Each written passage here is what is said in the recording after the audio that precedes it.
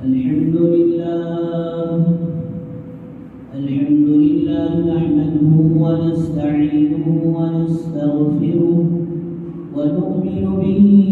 ونتوكل عليه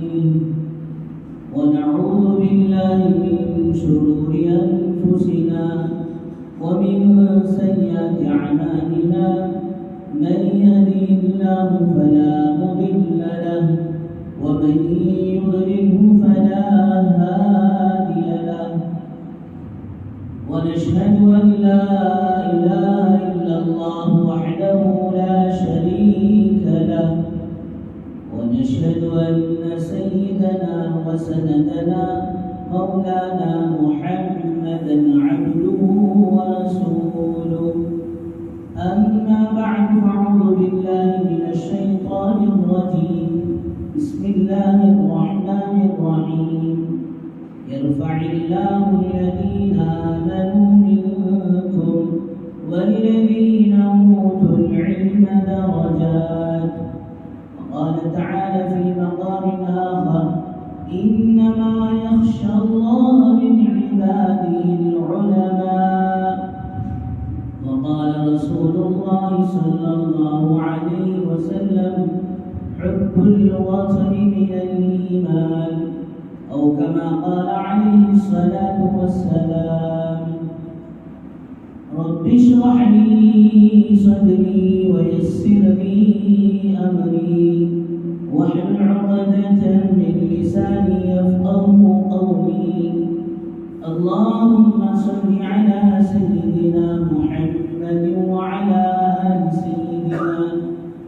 محمد بارك وسلم في كلام أولنا اللهم صل على سيدنا محمد وعلى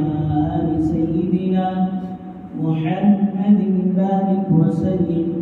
في أوسط كلامنا اللهم صل على سيدنا محمد وعلى آل سيدنا محمد بارك وسلم في آخر كلامنا بزرگان محترم ومعزز سامعین الکرام اللہ جل جلالہ عمل والہ کا احسان کرم فضل ہوا کہ اللہ تبارک و تعالی نے ہم سب کو اپنے گھر تک آنے کی توفیق نصیب فرمائی اور کچھ دین کی باتیں کہنے اور سننے کی توفیق و سعادت نصیب فرمائی درود و سلام نازل ہو آقا مدنی تاجدار مدینہ احمد مجتبی محمد مصطفیٰ وجہ کائنات محسن انسانیت سرور دو عالم محمد عربی صلی اللہ علیہ وسلم کے ذات عالی پر جب پڑا وقت گلستان پہ تو خون ہم نے دیا جب پڑا وقت گلستان پہ تو خون ہم نے دیا جب بہار آئی تو کہتے ہیں تمہارا کام ہے اس شعر کے ذریعے سے اندازہ آپ کو ہو گیا ہوگا کہ جو گزشتہ 2 جمعہ سے سیدنا حضرت حسین رضی اللہ عنہ اور ماہ محرم کے متعلق جو باتیں آ رہی تھیں وہ مضمون ابھی مکمل نہیں ہوا ہے لیکن ابھی 2 دن بعد ایک دن ہم سب کے سامنے 15 اگست کا 15 اگست کا یوم آزادی کا وہ دن آنے والا ہے کہ ہر مذہب والے کے لیے الگ الگ خوشی کا دن آتا ہے لیکن سارے ملک والوں کے لیے سارے ہندوستان والوں کے لیے اور سارے مذاہب کے ماننے والوں کے لیے اس ملک ہندوستان میں ایک دن وہ آتا ہے جو سارے مذاہب والوں کے لیے مشترکہ طور پر ایک دن جشن منانے کے قابل ہے ایک دن خوشی منانے کے قابل ہے واقعتاً اسکولوں کے اندر یہ بچپن سے ہم دیکھتے آ رہے ہیں یوم آزادی کے دن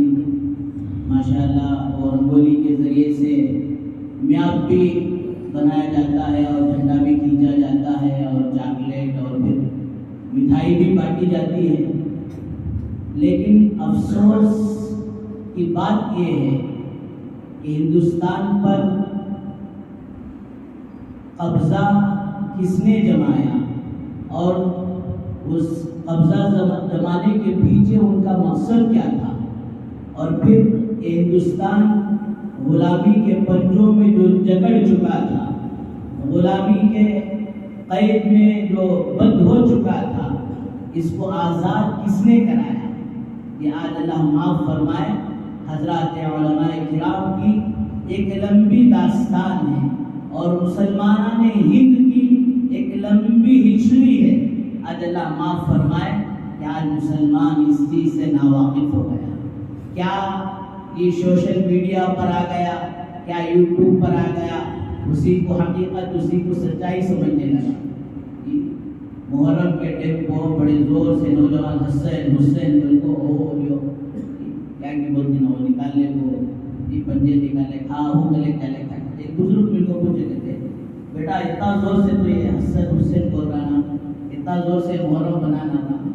آخر بیٹا انہوں کون حسین کون؟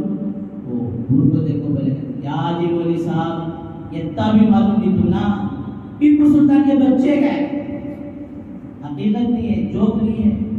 پورے بات ٹیپو سلطان انہوں کس کے بیٹے، اور وہ بھی معلوم نہیں ہے حیدر علی کے بیٹے. آج اللہ معاف فرمائے ہم تاریخ کے جانے سے، میں یہ نہیں کہتا کہ آپ تاریخ کے ڈیپ میں جاؤ، گہرائی میں جاؤ، بلکہ بزرگوں دوستوں یوم آزادی کے دن اور اس موقع پر کم سے کم تھوڑی دیر بیٹھ کر ذرا سمجھنے کی اور جاننے کی کوشش کرو. موقع پر موقع کئی ہمارے دو صحابہ وہ ہیں جو حضرت امام جعفر صادق رحمۃ اللہ علیہ کے نام پر دعوت کرتے ہیں، لیکن زندگی گزر جاتی ہے. جی بچے تھے وہ زمانے سے دعوت کرتے آ رہے ہیں، اب ان کے بچے ہو گئے، ان کے نواز سے آ گئے، لیکن آج تک یہ معلوم کرنے کی کوشش نہیں کی حضرت امام جعفر صادق رحمۃ اللہ علیہ تھے کون اور ان کا عمل کیا تھا، ان کی زندگی کیا تھی، ان کی سیرت کیا تھی، ان کا کردار کیا تھا، ان کی دین کیا تھی، ان کی رات کیسی تھی اور ان کی زندگی کیسی تھی، تو ان کی موت کیسی ہے اور ان کی آخرت کیسی ہوگی. اللہ معاف فرمائے آج یہی حال دوستوں ہم سب کا یہ بن چکا ہے کہ اس ملک کو آزاد کرنے میں جن ہمارے اکابرین نے، ہمارے علماء نے اور مسلمانوں نے ہند نے، میرے بزرگوں، صرف اپنے جسم کا پانی اور پسینہ نہیں بہایا، بلکہ اس ملک کو آزاد کرنے کے لیے میرے بزرگوں انہوں نے اپنے جسموں کا خون بہایا. اتنا ہی نہیں، اپنی جوان بیویوں کی زندگی کی پرواہ نہیں کی، جوانی کے عالم میں بیوہ بھی کر کر بتایا، اپنے بچوں کو یتیم کر کر بتایا. آج ان کی تاریخ ہم جاننے کے لیے، ان کی ہسٹری ہمیں جاننے کے لیے آج ہمارے پاس موقع نہیں ہے. کتنے افسوس کی بات ہے. بہرحال بزرگوں دوستوں، آزادی انسان کی فطرت میں ہے. انسان فطری طور پر اپنے آپ کو آزادی چاہتا ہے. غلامی فرمایا کسی کو اچھی نہیں لگتی، غلامی کسی کو پسند نہیں آتی، غلامی کو کوئی لائک نہیں کرتا. لیکن زمانے جاہلیت میں سرکار دو عالم صلی اللہ علیہ وسلم کے تشریف لانے سے پہلے یہ دستور چل پڑا تھا، یہ رواج چل پڑا تھا کہ لوگوں کو غلام بناتے. اب جب وہ غلام بنا لیتے تو پھر ان کی ساری آزادی ختم. کیا مطلب؟ وہ اپنے شوق سے نہیں کھا سکتے تھے، اپنے پسند کا نہیں پہن سکتے تھے، اپنی پسند کی شادی نہیں کر سکتے تھے، اور فرمایا کہ وہ اپنے پسند کا اوڑھنا اور بچھونا ان کے لیے نہیں تھا. جیسا ان کا آقا ان کے ساتھ برتاؤ کرتا اسی کو اپنانا پڑتا تھا. لیکن حضور اکرم صلی اللہ علیہ وسلم اس چیز سے دوستوں لوگوں کو آزادی دلائی، غلامی کے آزاد کرنے کے، غلام کے آزاد کرنے کے فضائل بتائے. بلکہ حضرات صحابہ کرام رضی اللہ عنہم اجمعین دوستوں اپنے دین کے پیغام کو، اپنی دعوت کو، اپنے اسلام کو لے کر جاتے تو فرمایا ان سے پوچھا جاتا کہ آپ کیا چاہتے ہیں. یہ صحابہ کی ایک جماعت ایک بادشاہ کے دربار میں گئی اور جب جا رہے ہیں تو فرمایا کہ کپڑے مختصر ہیں، معمولی قسم کے ہیں اور پنڈلی تک ماشاءاللہ ان کا پیجامہ ہے، اور فرمایا رستم کے دربار میں جا رہے ہیں اور جانے سے روک رہے ہیں، تو فرمایا ہم کوئی معمولی لوگ نہیں ہیں، ہم رسول اللہ کے رسول ہیں۔ یعنی کیا مطلب؟ ہم اللہ نے جس رسول کو بھیجا ہے اس رسول کے ہم رسول، اس میسنجر کے ہم میسنجر ہیں، ہم یہ دعوت کا پیغام لے کر آئے ہیں۔ فرمایا بھائی تمہاری کیا حیثیت ہے؟ اور تلوار جو تھی دوستو اسے دیکھ کر اس کا مذاق اڑا رہے تھے، ارے آدھی تلوار تمہارے پاس ہے، تمہارے پاس کیا طاقت ہے کہ تم لوگوں کو جو ہے اپنی طاقت کا، اپنے اسلام کا مظاہرہ کرو؟ اور صحابی کہتے ہیں ارے بھائی طاقت تو دیکھا ہے، ابھی ہمارے بازو کو نہیں دیکھا، ابھی ہمارے کٹس کو نہیں دیکھا۔ فرمایا اس کے بعد اس ٹوٹی تلوار سے وار کرتے ہیں تو سامنے جو تلوار چلنے پر بچانے کے لیے جو ہوتا ہے وہ تو ٹکڑے ہو جاتا ہے، پھر اس کا روب اس پر پڑتا ہے، بادشاہ کے دربار میں اسے راستہ دے دیتے ہیں۔ اور صحابی سے جب پوچھا جاتا ہے تم کیا چاہتے ہیں؟ اب عزت اللہ تعالی لنخرج الناس،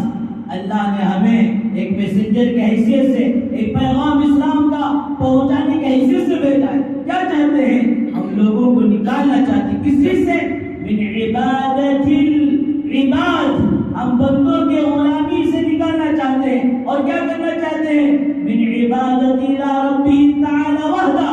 ایک اللہ کی غلامی میں لانا چاہتے ہیں، لوگوں کی غلامی سے نکال کر ایک اللہ کی غلامی میں لانا چاہتے ہیں۔ اور میرے بزرگوں، جب تک امت کے درمیان یہ فارمولہ تھا، جب تک امت کے درمیان یہ طاقت تھی اللہ کی غلامی کرنے کی، فرمایا تب تک ساری مخلوق، انسان تو انسان، چرند و پرند اور جنگل کے دوستو جانور، جنگلی جانور، شیر و چیتا، فرمایا ان کی اطاعت اور غلامی کے لیے تیار تھے۔ وہی حضرات صحابہ کی جماعت افریقہ کے جنگلوں میں بھی قیام کرنے کے لیے کہیں جگہ نہیں ہے، اس جنگل میں دوستو ٹہلنے کا پلان ڈال رہے ہیں، لوگ کہہ رہے ہیں کہ تمہاری دماغیں اور تمہاری کھوپڑیاں ختم ہو چکی ہیں، ارے اس جنگل میں جا کر کوئی قیام کرے گا؟ اس جنگل کے پاس سے گزرنے کے لیے لوگ ڈرتے ہیں۔ فرمایا اس صحابی رسول نے جو اعلان کیا تھا وہ طاقت تھی اللہ کی غلامی کی، وہ طاقت تھی ایمان کی، وہ طاقت تھی اعمال کی۔ فرمایا کہ وہ ایک اعلان کیا تھا، ایسا ان جنگل کے جانوروں کو ایسا محسوس ہوا گویا کہ کوئی بم ہمارے جسموں پر آج ہمارے جنگل میں پڑا ہے۔ فرمایا کہ تاریخ لکھنے والوں لکھا ہے ہر چیتا اپنے بچے کو منہ میں لے کر، ہر سانپ اپنے بچے کو یہ منہ میں لے کر اعلان کیا تھا، دیکھو ہم اللہ کے بندے ہیں، رسول اللہ صلی اللہ علیہ وسلم کے مہمان ہیں، آج یہ مہمان رسول یہاں یہ قیام کرنا چاہتے ہیں۔ فرمایا اس آواز میں کیا تاثیر تھی کہ سارا کا سارا جنگل دیکھتے دیکھتے خالی ہو گیا۔ اللہ معاف فرمائے دوستو، آج ہم نے اللہ کی غلامی چھوڑ دی، اللہ کے سامنے اپنے سر کو جھکانا چھوڑ دیا۔ آج ساری دنیا کے لوگ ہمیں دوستو ہمارا سر اپنے سامنے جھکانے پر مجبور کر رہے ہیں۔ وہ صحابی کہتے ہیں ہم اللہ نے ہمیں بھیجا اس لیے ہم لوگوں کو لوگوں کے غلامی سے نکالے اور ایک اللہ کی غلامی میں لائے۔ اور پھر دوسری بات فرماتے ہیں دوستو، یہاں رک کر تھوڑی دیر کے لیے دیکھیں کہ آج ہماری حالت بھی یہی ہو چکی ہے کہ ہم نے بھی یہ غلامی اللہ کے علاوہ چھوڑ کر کبھی خواہشات کی کر دی۔ قرآن کہتا ہے سورہ نجم میں افرائیت من اتخذ الہ ہواہ، اے میرے محبوب کیا آپ ان لوگوں کو نہیں دیکھتے جنہوں نے اپنی خواہشات کو اپنا خدا بنا لیا،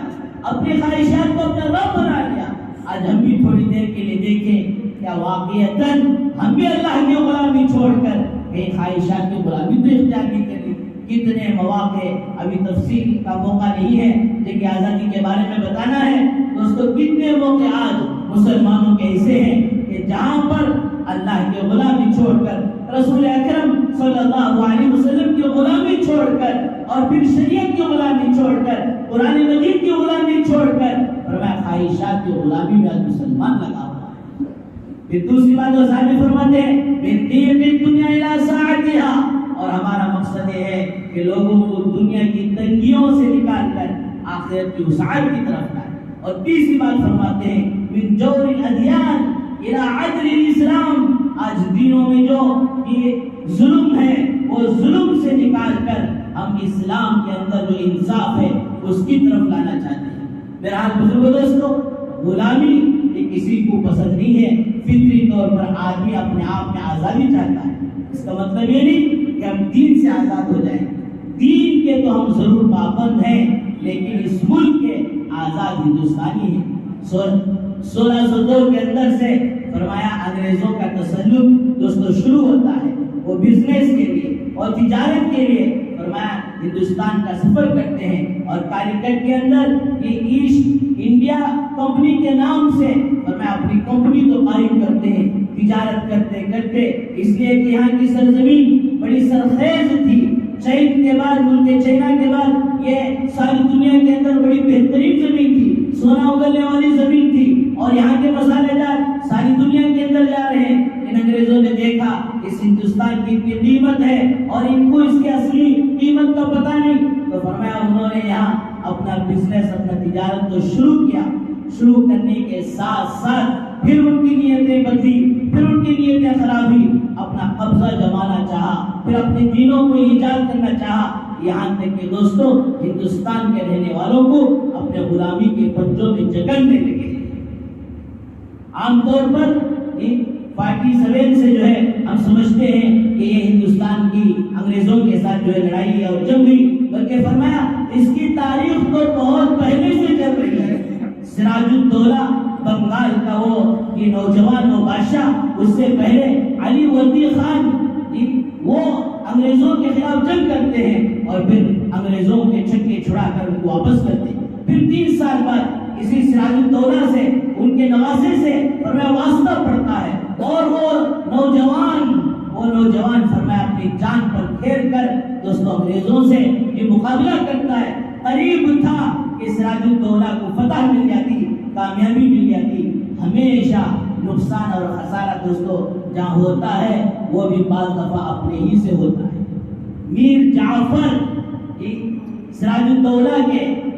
سلطنت میں رہنے والا، انگریزوں نے اسے لالچ دی، انگریزوں نے اسے رشوت دی۔ فرمایا اس زمانے کو اور آج کے زمانے کو کمپیئر کریں کہ آج کے ہماری طاقت ووٹ کی طاقت ہے۔ سارا سال مسلمان سوچتے ہیں ایک ہوں گے، ایک ہو کر فرمایا ایک طرف ووٹنگ کریں گے اور کسی صحیح امیدوار کو جتائیں گے، لیکن فرمایا جیسے جیسے الیکشن کے دن قریب آتے ہیں، مہینہ باقی ہے، فرمایا 2 مہینے باقی ہے، چند دن باقی ہے، پھر وہی لالچ دیا جاتا ہے، منہ مانگی رقم دینے کے لیے تیار کیا جاتا ہے۔ فرمایا یہ ہندوستان کے لوگوں کے یہ خوبی بہت اچھی اور سب سے اچھی یہ ہے کہ ماشاءاللہ ان کے اخلاق اچھے ہیں، ان کے دل نرم ہیں۔ تو فرمایا ایک کمی یہ بھی ہے کہ موقع پڑنے پر اپنی ضمیر کو بیچ دیتے ہیں۔ وہی الیکشن کا وقت آتا ہے، سارا 10 مہینے کی 11 مہینے کی امیدوں پر پانی پھر جاتا ہے،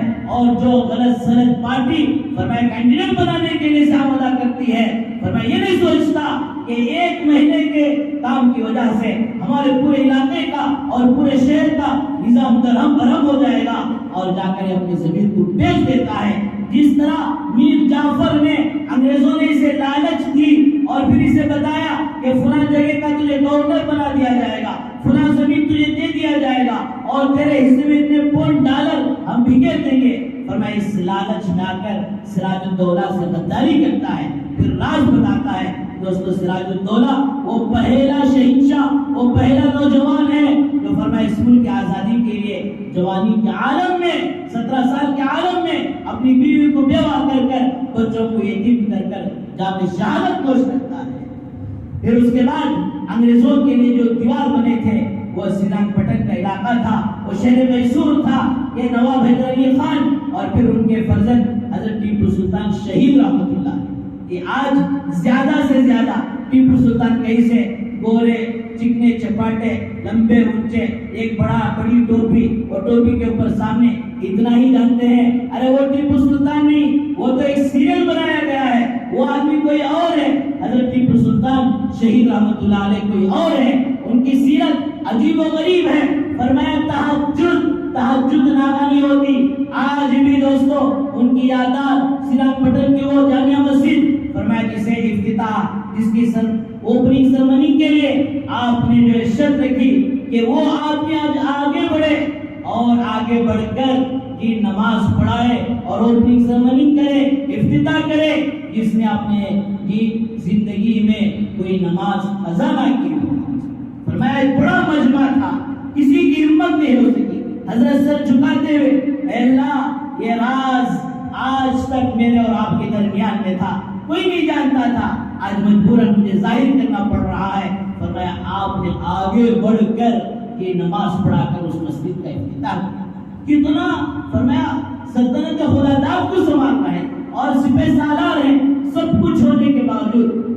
تلواروں کے سائے میں زندگی گزرنے کے باوجود، فرمایا نماز ان کی ناغہ نہیں ہوتی۔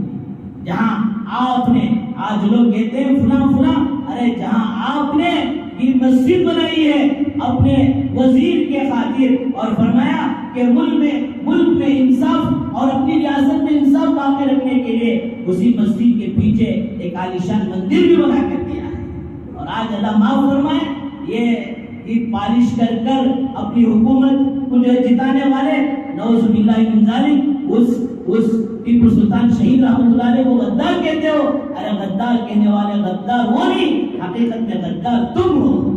بہرحال حضرت ٹیپو سلطان شہید رحمۃ اللہ علیہ کے ساتھ 4 جنگیں انگریزوں کے ساتھ پیش آئی، 3 جنگیں میں تو دوستو وہ مایوس ہو چکے تھے، چوتھی جنگ جو اہم جنگ تھی اس میں بھی وہی میر صادق نے وہ سارا راز فاش کیا، اور پھر دروازہ قلعے کا بند کر کر جہاں سے حملے کے لیے جا سکتے تھے، فرمایا وہ دروازہ اور راستہ بند کر کر انگریز کی پوری فوج کو دوستو اندر داخل کرا کر، فرمایا کہ اس موقع پر بھی حضرت ٹیپو سلطان شہید رحمت اللہ علیہ فرمایا پیچھے نہیں ہٹے۔ آپ کے ایک شاگرد نے، آپ کے ایک معتقد نے کہا حضرت کتنا اچھا ہوتا کہ آپ کہیں چھپ جائیں یا پھر انگریز کی حکومت کو تھوڑی دیر کے لیے مان لیں، پھر حالات کو سازگار کر کر پھر جو ان سے مقابلہ کیا جائے گا، یا جب گولی لگی تو اس وقت کے حضرت تلوار رکھ دیں تاکہ آپ کو قید کر لیں۔ لیکن میرے مسلمانوں،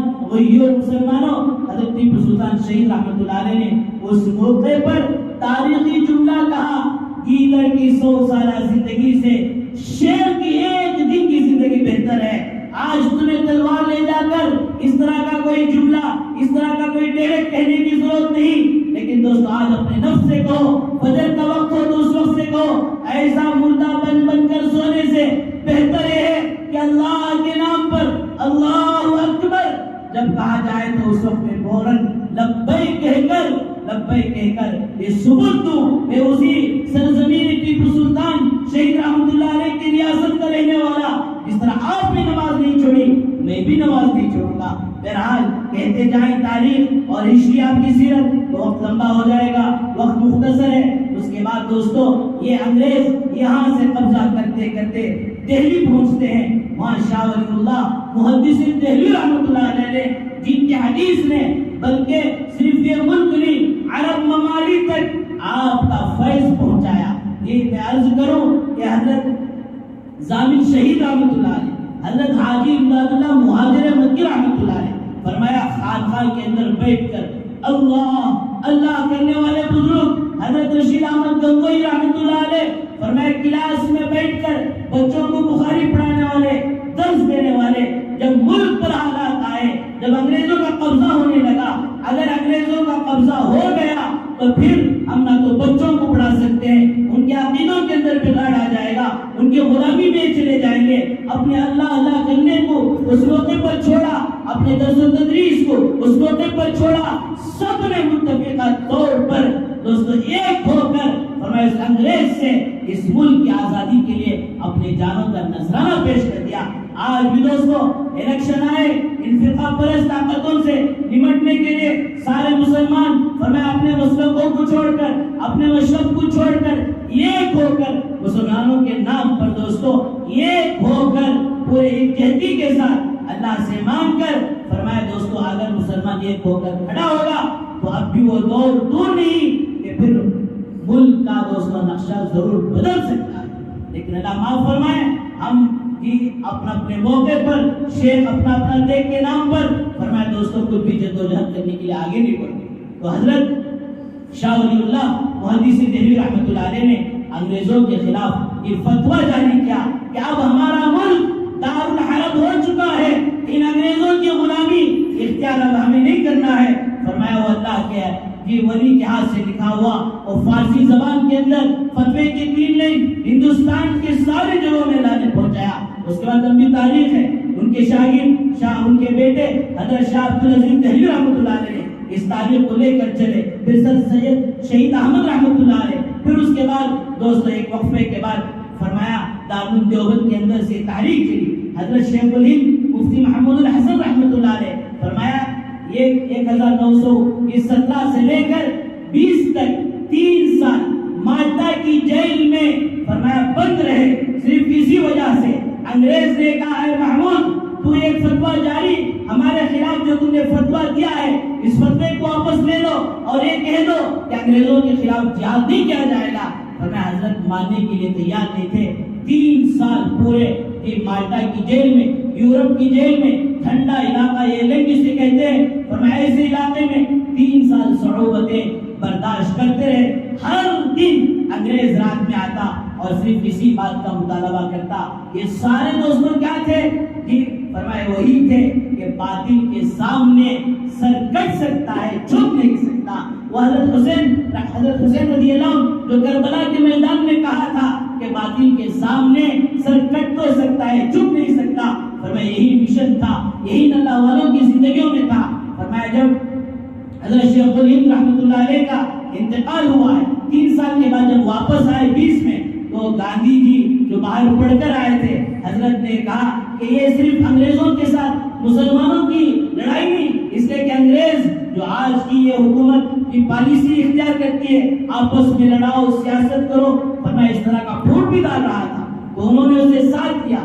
اور پھر سارے ہندوستان کا دورہ کرایا۔ دورہ کرا کر اس موقع پر دوستوں غیر بھائیوں کو بھی ساتھ دے کر انگریزوں کے ساتھ دوستوں فرمایا لڑائی ہے، آزادی کی لڑی گئی۔ اور پھر حضرت شیخ الہند رحمۃ اللہ علیہ جب انتقال ہوا ہے تو اس وقت نہلانے والے نہلاتے رو پڑے، چیخیں نکل گئی، حضرت کے پیٹ کو کیا ہوا؟ ان کے شاگرد سیدنا حضرت حسین احمد مدنی رحمۃ اللہ علیہ سے پوچھتے ہیں بھئی کیا ہے حضرت کی پیٹ کے ساتھ؟ حضرت تو بڑے گورے تھے اور بڑے نور کے جسم والے تھے، لیکن یہ ان کی پیٹ کالی کیوں ہو چکی ہے؟ حضرت کہتے ہیں کہ میرے استاد نے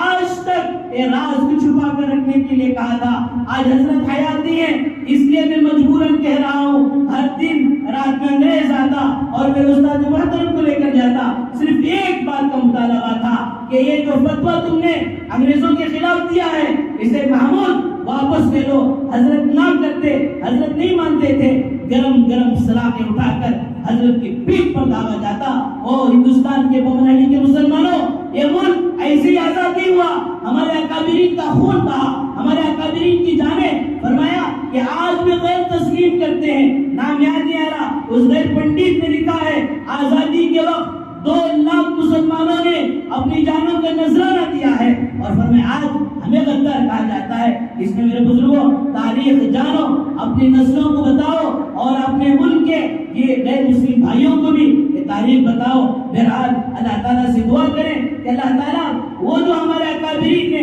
اپنا خون بہا کر یہ ملک کو آزاد کیا ہے، یہ ملک ہمارے ہاتھوں سے نہ جائے، اور پھر اس ملک کی جو آزادی ہے ہر مذہب والا اپنے مذہب پر چلے، اسے چھیننے کی جو ظالم کوشش کر رہے ہیں اللہ پاک ان کے ظلم کو انہیں کی طرف لوٹا دے۔ بہرحال جو ابھی آخر میں جو عرض کرنا ہے کہ اب ماشاءاللہ پیر کے دن 15 اگست ہے جی، اب حکومت کی طرف سے بات کہی جا رہی ہے کہ ہر گھر پر ترنگا لہرایا جائے۔ ارے ظالموں، یہ مسلمان اس سرزمین سے اتنی محبت کرتا ہے، سجدے کے لیے اپنا سر بھی زمین پر رکھتا ہے، تو پھر اپنی آخری رسومات بھی اور اپنی آخری فرمایا سفر بھی تم تو جلا کر راہ بنا کر بڑھا دیتے ہو، لیکن ہم اسی سرزمین میں جا کر آرام کرتے ہیں، اسی سرزمین پر، اسی مٹی پر ہماری قبرگاہ بھی بنتی ہے، ہمارے آرام گاہ بھی بنتی ہے۔ میرے دوستو، میں پورے جذبے کے ساتھ ولولے کے ساتھ کہوں، یہ ہندوستان کا جو گاندھی کو جو نام مہاتما گاندھی دیا وہ کوئی غیر نہیں دیا، وہ کوئی BJP والا نہیں دیا، کوئی RSS والا نہیں دیا، بلکہ فرمایا وہ بھی مسلمان دیا۔ اور یہ ترنگا کا جو رنگ ہے اسے سوریا نامی دی، اور اس کا جو ڈیزائن کیا اسے سوریا نامی مسلمان دی۔ پوری تاریخ ہے، عرض کرنے کا موقع نہیں ہے، میں تو یہ کہوں وہ بات غلط نہ ہو، جہاں اس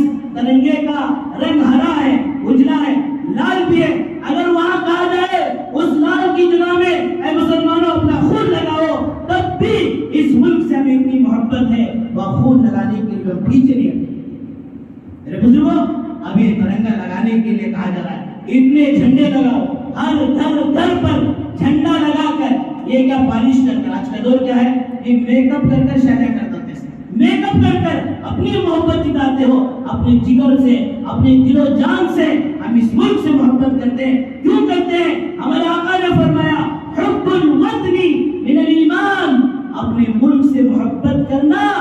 یہ بھی مسلمان کے لیے ایمان کا تقاضا ہے۔ ایمان کے تقاضے کی وجہ سے، ہمارے نبی کے فرمان کی وجہ سے گھر گھر جھنڈا لگائیں گے نا انشاءاللہ۔ اتنا نہیں، اپنے ہر گھر پر جھنڈا لگاؤ، اپنی ہر گاڑی پر۔ میرا تو عادت ہے کہ ہر سال جب بھی ماشاءاللہ 15 اگست آئے، ریپبلک ڈے آئے، 2 جھنڈے لگاتا ہوں۔ ابھی ہمارے ذمہ دار بتے وہ چھوٹے چھوٹے بڑے لگاؤ، اور اپنے سائز کا لگا لیں گے، کون سی بڑی بات ہے؟ فرمایا اپنے گھروں پر لگاؤ، اپنے گاڑیوں پر لگاؤ، اور جو ماشاءاللہ وہ چھوٹا سا ہے جوبوں پر لگاؤ، جوب میں رکھو، اتنے لگاؤ اتنے لگاؤ، یہ لوگ دیکھ کر بے ہوش ہو جائیں۔ حقیقی محبت تو ان مسلمانوں میں، ہمارے میں کیا ہے؟ بہرحال بزرگوں دوستوں، یہ اہتمام سے اس بات کو لگا کر جو چیز ہمارے دل کے اندر ہے، جس ملک سے ہمیں محبت ہے، اس ملک کے لیے ایک 15-20 روپے کا، ایک 500 روپے کا جھنڈا لگا لے، یہ کوئی بڑی بات نہیں ہے۔ اس ملک کو لہرانے کے لیے،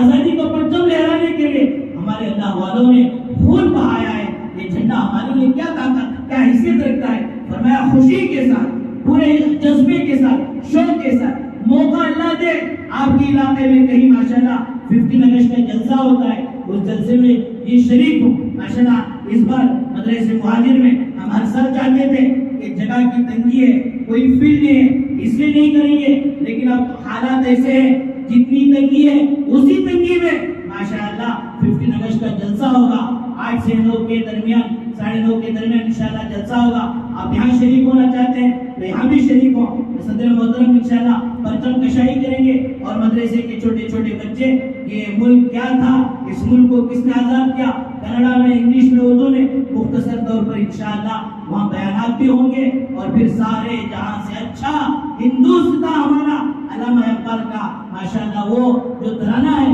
وہ بھی پڑھا جائے گا۔ دعا فرمائے اللہ تبارک و تعالی ہمارے اکابرین نے اس خون کو اور اس خون کو بہا کر یہ ملک کو، اس چمن کو سجایا تھا، فرمایا وہ برباد ہونے سے، وہ ہمارے ہاتھوں سے جانے سے اللہ پاک پوری حفاظت فرمائے۔ اللہ تعالیٰ پورا ملک میں امن و سلامتی کے فیصلے فرمائے۔ اس طرح پیغام ہر مسجد میں دیا جا رہا ہے شاید کہ تو آپ جتنے حضرات موجود ہیں وہ سب یہ پیغام دوسروں تک پہنچائے۔ کوئی ہمارا گھر، کوئی ہمارا دکان، کوئی ہماری گاڑی انشاءاللہ جھنڈے سے، ترنگے سے خالی نہیں ہوگی۔ ذمہ داروں کو اللہ جزائے خیر دے۔ جن ساتھیوں کے پاس کوئی رقم فی الوقت نہیں ہے، کوئی بات نہیں، 200 جھنڈے ماشاءاللہ یہاں بھی تقسیم کیے جائیں گے، وہ آپ بھی لے جا کے لگائیں۔ وآخر دعوانا الحمدللہ رب العالمین۔ جو حضرات سنت